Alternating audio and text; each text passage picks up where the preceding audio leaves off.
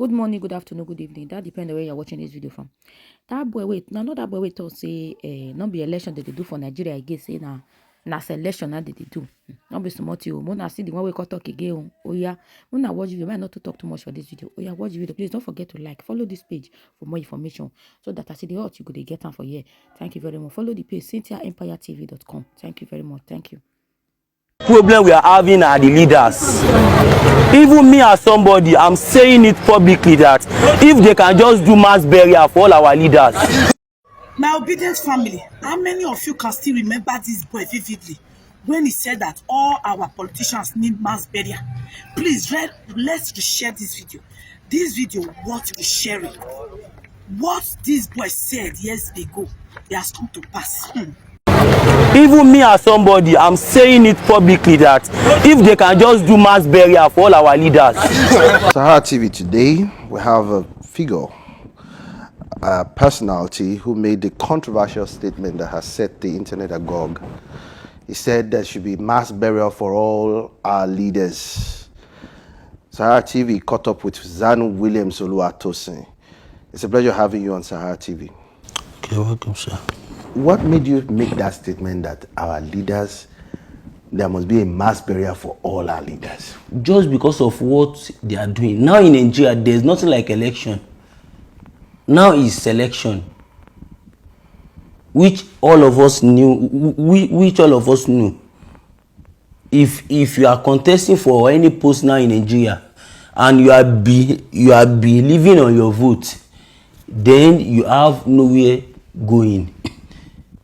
Except if you have connection or if the people that are ruling, they want you there. So, and all those are not good conduct. We need people that are ready to work. Though there are some governor in Nigeria or president that are willing to work, but they are not allowed to be there. When you made that statement, it set the social media agog. Some people tried to contact you, for example. There was a foundation that actually got across to you. Tell us about that. How did they approach you? What is the name of the foundation? It was declared online that anybody that could be able to help them to get me, we have the sum. Is it 20,000, within 20,000 or 50,000? I did not remember because I'm very, very angry. What's the name of the foundation again? Kokun Foundation. Kokun Foundation. He reached to me truly. How did he met up with you? The first day he met me, he came with about 5 or 6 policemen, which I tried to run, but they said if I show, they are going to fire me. So I compute myself instantly. They said, now you are now successful. You are now this. They started making some heavenly promise. And me myself, I'm happy that, okay, maybe this is my time. According to what he declared online. What did they declare? He said, if he can get me, he is going to get me an apartment for my parents, me and my parents. He's going to get me a job. He's going to sponsor me to school. He's going to help us financially. That I will even be not even among. I will be the breadwinner of my family. And how have they fulfilled those promises? Sir, if I will be frankly speaking, the only thing he fulfilled, and it is not that he fulfilled it. He said he's going to take me to Ogudu GRA to meet a man. Instantly, that very day, he said it's late now, and I even tell him that I cannot do anything without my father conscience, without my father consent. So I said, it is unfortunate, sir, I cannot go with you today. He said, okay, Williams, this is 5,000 from you to you, from him to me. And I received the money. It is 200 naira untouched. I counted the money. I said, thank you, sir, for giving me this 3,000. He said 30,000. I said yes, it's 3,000. He said okay. Then he said okay, I will have to be going. I said definitely, sir, because I'm not going to the road again to clean glass for today. What's the 3,000 naira for? What did he say? He said he gave me the money to go and dress up so that tomorrow when we are going to that Ogudu, he will be able to meet me up. So even before he left, there are some guys that just bundled me and collected the money. And I told him about it the following day. I said, sir, I know. He said, don't worry, that he have some clothes that he's using at home, which he declared online that he buy For you? For me. So he gave me some of the cloth instantly at that spot that I put on, which is part of the cloth you are seeing me putting on online. So he took me to a man called Mr. Classic Baggy. I'm saying a very big thank you to because that man is really trying his best, but it's just that the help is not getting to me. Why do you say that? Good. He took me to that man's house, and that man said, Kokun, ma se were o. When I heard that statement, I was shocked that in my presence, he's saying it to someone that brought him to me to help me. So that word is suspicious. I did not understand what that word is all about. Then I just overlook the issue. And the man took his pen. He wrote 200,000 check. He gave it to his PA to go and withdraw for me. And he gave me the money. His PA gave the money to me. Kokun told me to sit down inside the bus, and he said I start thanking people and Nigerians. And I started thanking people. To God and man, I swear to God Almighty that create heaven and that create me and create Kokun himself. Instantly, he collected the money back from me. He said, don't worry, just go and look for a house. Just go and look for this and that.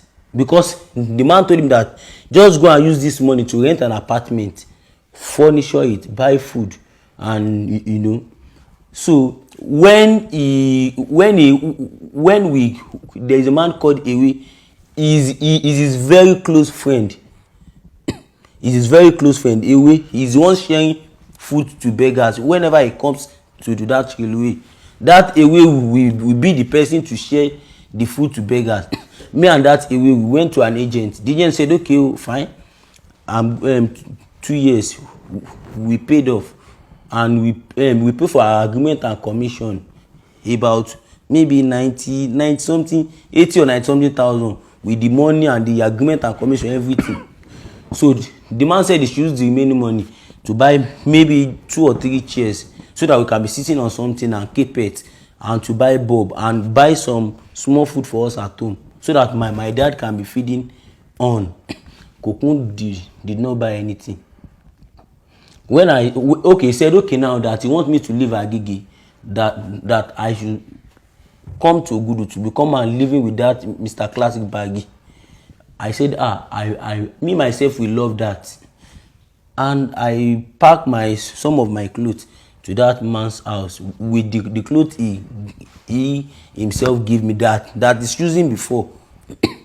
So I started living with them. I said I should be going to the site with them. I said, sir, but me myself, the only work I can learn is computer. I love to go to school. Now, when they got an accommodation for you, what other things did they get for you after giving you 200,000? Sir, it was not Kokun Foundation that gave me the money. Okay. It is Mr. Classic Baggy. But it was Kokun Foundation that took you to Mr. Classic Baggy. He is the one.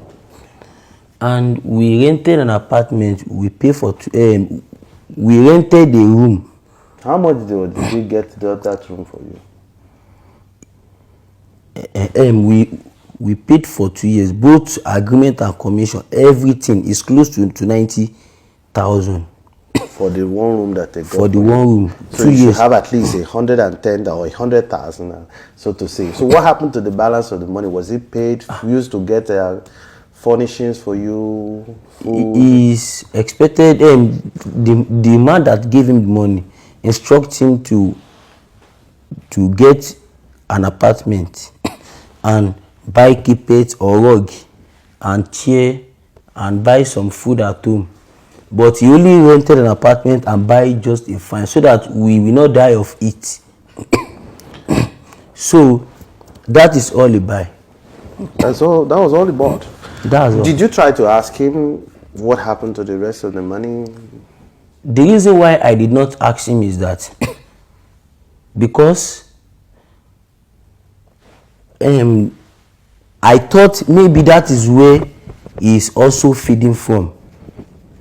Maybe that is where he took his money to finance other people. So I decided not to ask, because if I ask him, it will be as even after him or trying to be looking at his fund. So I did not say anything, and it took me to Ogudu GRA that I've said earlier. I started living there, which Mr. Classic Baggy do pay for 5,000 for our food and every other things, but it gets to a state that there is nothing at all, and according to my health, I need to be eating on time, to eat on time. So are you still working with Mr. Baggy? Mr. Baggy, since how many? Since when?